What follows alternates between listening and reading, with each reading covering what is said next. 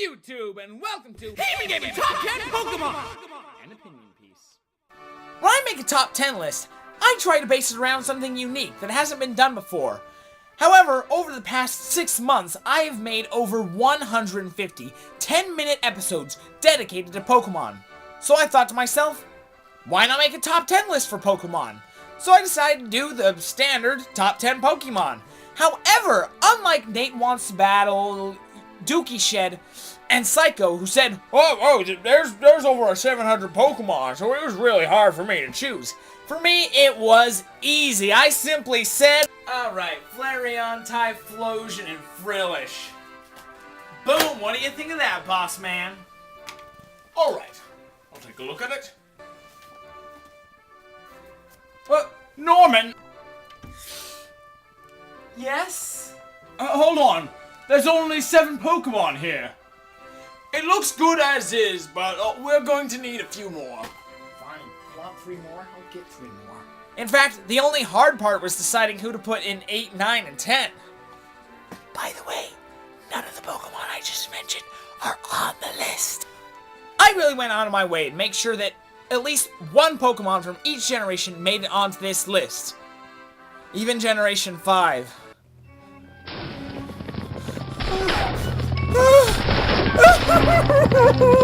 Another thing that you'll notice is that I like ghost Pokemon. A lot. I'd like to think that if I were in the Pokemon universe, I'd be Agatha, or Morty, or even this creep. Byron is a Steel-type gym leader. What? He's not ghost, but he looks like he digs graves. Or robs them. Then who was the Sinnoh ghost-type gym leader? What? No. She's like the fairy or something. She looks like the fairy. He looks like the ghost. He's still? Real? Bullcrap. Bullcrap. Run the clip.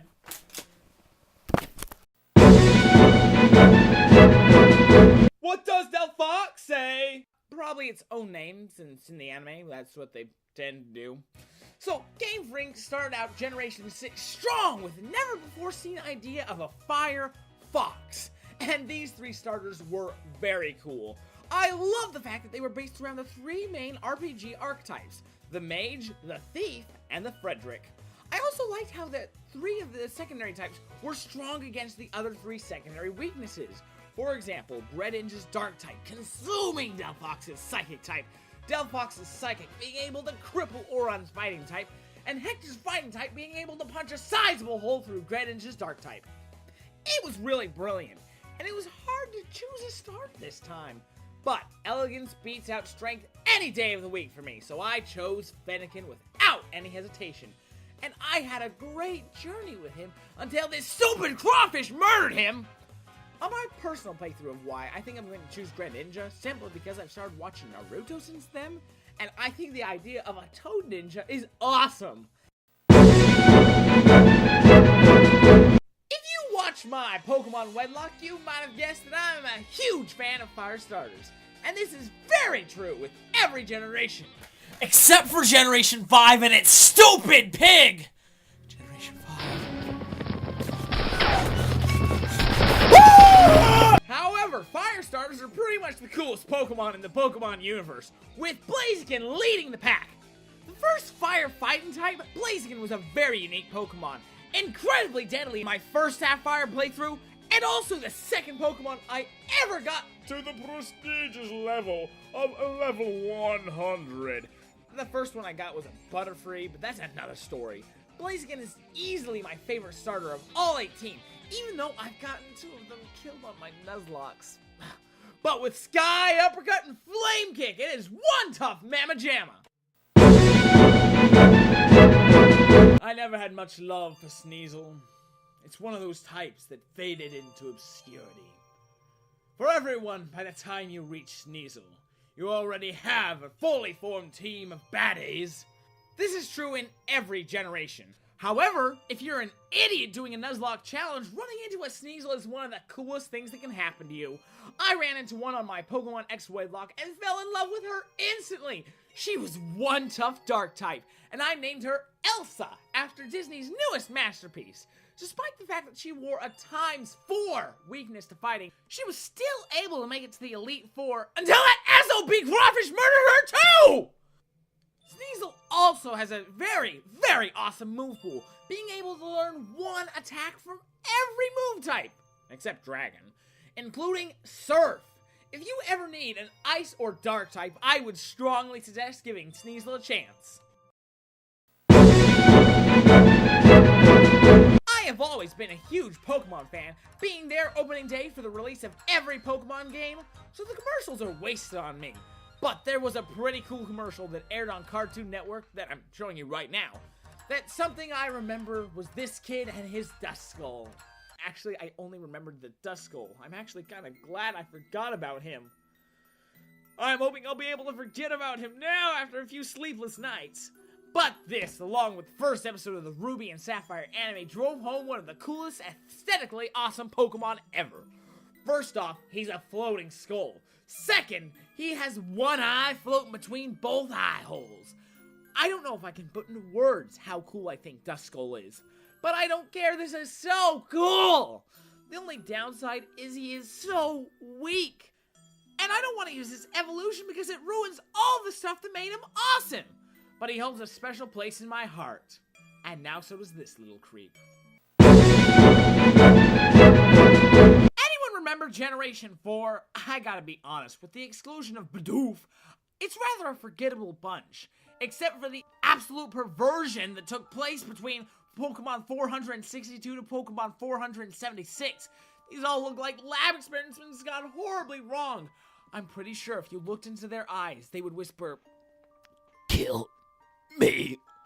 The most annoying thing about these guys are they are strong, like really strong. So you have to face these perversions between God and nature on a regular basis. These shouldn't exist. All of them are a slap in the face. And while most of them make me sad, there are a couple that I really like. Mainly 470 to 472. Mainly 472. Glysaur, or as I named mine on Pokemon Showdown, Kiki is one of my best competitive take out an entire team trump card. With style and grace and tricks up her sleeve, she can take down anything that doesn't have a type advantage over her. She's a lead member of the elite team that comes out and lays down a layer of stealth rocks, poisons herself to heal 12% damage each turn, then uses Toxic, Protect, and Dig to wither her opponent's health away. And since she has a flying type, Earthquake won't hurt her while she's underground, and she's also a ground type, so lightning can't even touch her while she's in the sky. She's a tricky one, Gligar, and she holds a very special place in my heart, because while I was trying to build my Showdown team in Pokemon X version, the most amazing thing happened. Finally, after 16 years, it happened. Shiny! Shiny!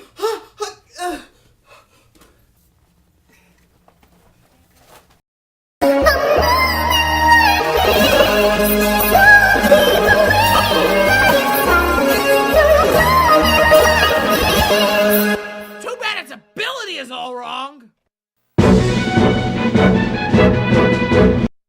I hated Generation 5. I hated its story. I hated its protagonist. I hated its Pokemon. And I hated N. So what?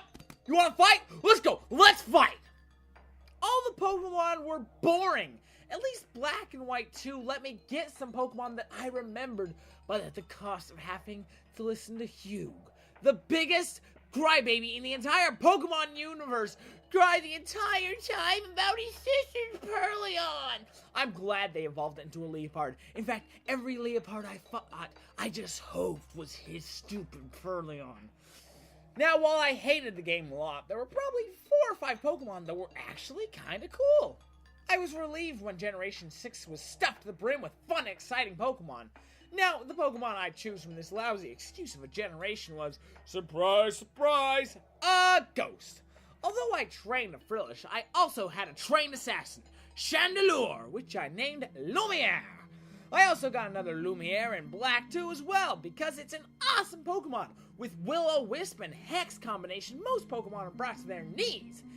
And they are pretty dang adorable, even though they're sapping your soul and trying to drag you away to the underworld. But hey, fair exchange, am I right? Pokemon is just so cool. Once again, I can't articulate into words what makes Haunter such a dang aesthetically pleasing Pokemon, but I think most people agree. He's got a sweet name, and his home is the Pokemon Tower. He just looks so cool with his hands being separated from his body.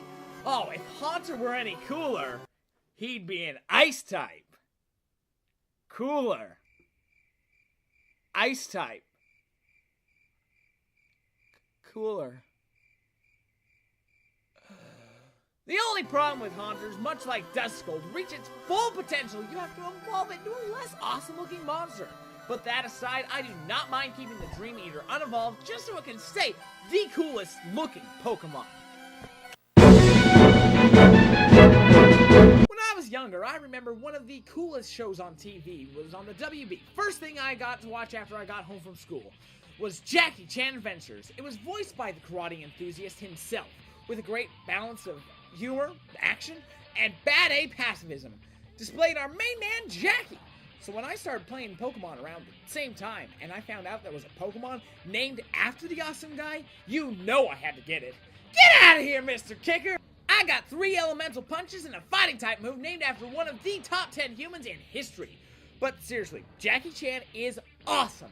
Follow him on Facebook for such gems as, I kid you not, he shared that, cause he's awesome. Now for the obligatory evolution.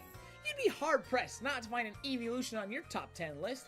I lied earlier when I said I always choose the fire starter. In Generation 4, I didn't train the monkey, or the turtle, or the penguin. My 3 buds trained them, and I did what everybody should do at least once. I trained a full team of Eevees, and I loved all of them, except for Flareon. But there is one that I loved a little more than everyone else. Because Eevee can evolve into almost anything you want except a bloody ghost type, I always make it a point to train my Jolteon. I pull out all the stops for giving it a clever nickname of Sparky. But it's the 7th fastest Pokemon, kicks like a mule, and bites like a crocodile. Its moveset is almost as odd as Sneasel, since it can learn a ground-type move, and with the ability Bolt Absorb. Ha! If I could have any Pokemon in real life, you better bet your bucket I'd want a Jolteon, just like Nausicaa. Now, earlier in the video, I think I may have offhandedly mentioned how Generation 5 of Pokemon wasn't exactly what I'd call my favorites. Which led me to believe when it came out that I was a Gen 1er. I mean, I loved 2 and 4. And some of my best vivid memories of childhood were from Generation 3. I thought after being disappointed by Generation 5 that perhaps maybe I'd grown up. Maybe I'd become too old for Pokemon. But then, boom! E3 2013! New Pokemon coming out! My eyes widened as I saw the highlights. That childlike wonder boiled in me once again. A boatload of fun and unique Pokemon coming to your 3DS! I was captivated by all the new Pokemon. And then I saw her. The Pokemon I knew I was going to love.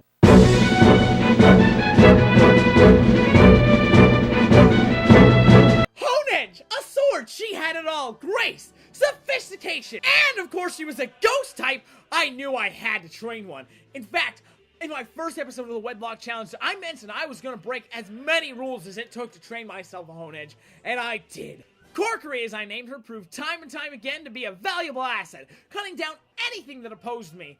I found it odd that a Pokemon that was so new could beat out a 16-year-old base nostalgia, but it did.